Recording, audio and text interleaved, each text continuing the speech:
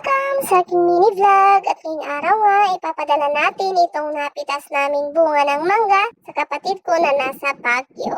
Ayan na nga, kinakarga na sa may tricycle at bali 2 karton nga pala itong ipapadala namin. Dahil nga hinihintay na ng kapatid ko at nagtatanong na siya nung isang araw na kung kailan daw ipapadala itong mga mangga kasi nga umabot ng 4 na araw bago namin pinadala.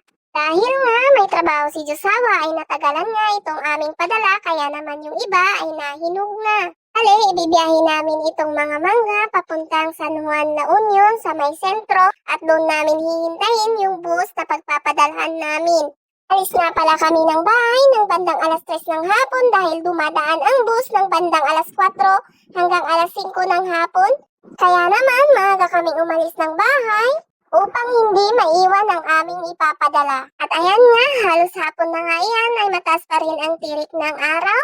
Kaya naman kahit hapon dito ay mainit pa rin. At ayan na nga, malapit na nga kami sa may sentro ng San Juan, La Union. Dahil nga nasa baryo kami, kailangan naming maagang lumuwas upang hindi kami maiwan ng bus na pagpapadalhan namin. Nga pala, ang bus na pagpapadalhan namin ay manggagaling pa ng Abra at dadaan dito sa San Juan, La Union. Kaya naman, maaga kaming umalis ng bahay upang abangan ang bus dito nga sa may San Juan, La Union. Ayan nga, nandito nga kami sa harap ng munisipyo ng San Juan, La Union. Dito namin aabangan yung bus na pagpapadalhan namin. Ayan na nga, binababanan niya ang aming ipapadala at aabangan namin yung bus na pagpapadalhan namin na manggagaling pa ng Abra.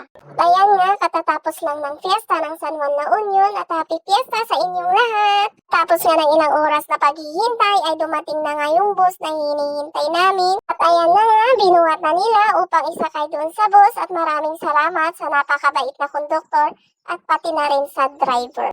Dumaan nga itong bus ng bandang alas 5 ng hapon at makakarating nga ito sa Baguio pagkatapos ng 2 oras na biyahe. Hanggang sa muli, maraming salamat sa panunood.